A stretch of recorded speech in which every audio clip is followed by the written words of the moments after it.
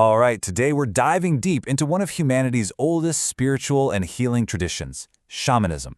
We're going to explore how these ancient practices actually connect with modern science and, why they might just be more relevant now than ever before. So here's our roadmap for this journey. We're going to kick things off with the most basic question. Who exactly is a shaman? Then we'll get into the amazing state of consciousness they access and the techniques they use to get there. We'll also see just how different these traditions are all over the world. And then finally, we'll talk about what it all means for us, right here, right now. Okay, so to really get a handle on shamanism, we have to start with the shaman's place in their community. I mean, what's their job really? What purpose do they serve? To answer that, you have to go way, way back. We're talking about the earliest hunter-gatherer societies where this role first popped up. Long before there were priests or doctors as we think of them, there was the shaman. And this definition, this is the absolute core of it. See, it's not about just having some wild spiritual experience for yourself. A shaman is someone who learns to master their own consciousness, but they do it for a very clear, very practical reason, to bring something back like knowledge or healing, for the good of everyone. It's all about service. What's just incredible is how many hats they wore. Seriously, a shaman wasn't just one thing. They were the community's doctor, their therapist, their spiritual guide, sometimes even their weatherman and entertainer, all rolled into one. This made them absolutely vital to the tribe's survival. So the big question is, how in the world do they pull all this off? Well, it all begins with this ability to tap into a really unique and powerful state of consciousness. This quote just nails it. This idea of journeying is everything. Shamans are masters of navigating between our normal, everyday world and what they see as a deeper reality, a world of spirits, energy, and information. And you don't have to look at this as just magic. From a psychological perspective, it's an amazing feat of mental control. Think of it like this. Our normal awareness is like a radio locked on one station. A shaman has learned how to turn the dial, how to fine-tune their attention to pick up frequencies of information that the rest of us just filter out as static. We can even get a little more technical with it. If you look at it through the lens of physics, the brain is this incredibly complex computer, and shamanic techniques, like a steady drumbeat, they act as resonant drivers. It's kind of like tapping a wine glass. It's just the right frequency until it starts to hum and vibrate in a whole new way. These techniques do that to the brain, shifting its operating state so it can process a completely different stream of reality. Okay, so if shamans are shifting their consciousness, what are the tools they use? You might be surprised to find out that the main techniques, for thousands of years, haven't involved any substances at all. When you look at this list, you start to see a pattern, right? It's all about using the body and the senses. A monotonous drumbeat or dancing for hours on end, that's using rhythm to literally change your brainwaves. Things like fasting or sitting in total darkness. That changes your body's chemistry and forces your mind to focus inward. These are powerful, ancient ways to push past the normal limits of consciousness.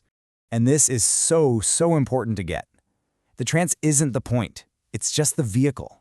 It's like opening the door. The real work, like finding out why someone is sick or getting guidance from the spirit world, that all happens after the shaman has stepped through to the other side. And these journeys are never, ever taken lightly. It's pretty amazing, but shamans mastered the idea of set and setting millennia ago.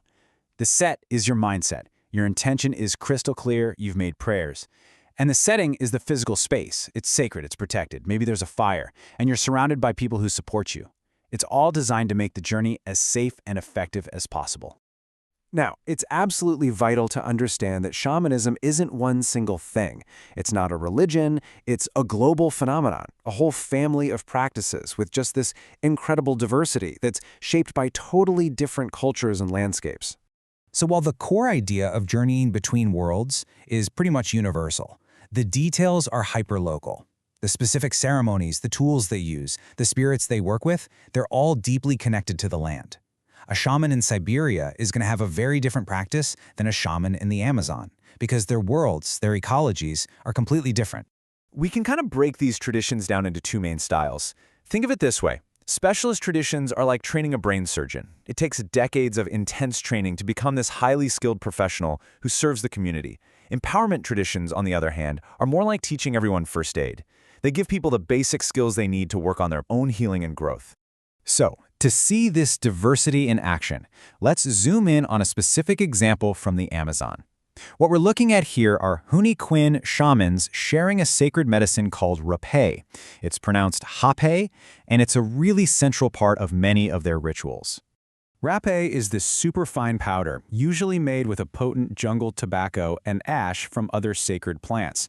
But here's what's so cool. Even though neighboring tribes like the Hunikuan and the Yawanawa both use rapé, their recipes are completely different, closely guarded secrets, and the chants they sing to apply the medicine and activate its spirit are totally unique to them. It's a perfect example of how diverse these traditions can be, even in one small corner of the world.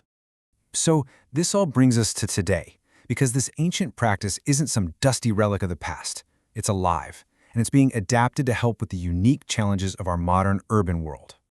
I mean, how can techniques that were developed in the jungle or out on the open tundra possibly be relevant to our lives now, surrounded by concrete and Wi-Fi? Well, the modern or urban shaman basically adapts those classic roles for our time. Instead of healing the relationship between a hunter and the spirit of the deer, they work on healing the relationships that are broken in our world. The disconnection between our minds and our bodies, between each other, and maybe most importantly, the massive gap between us and the natural world. And this quote really leaves us with a final powerful thought. In a world that so often feels disconnected, fragmented, and just lacking a deeper meaning, maybe these ancient paths, these incredible technologies of consciousness designed to bring us back into connection, maybe they have something to offer us after all. Maybe they're exactly what we need right now.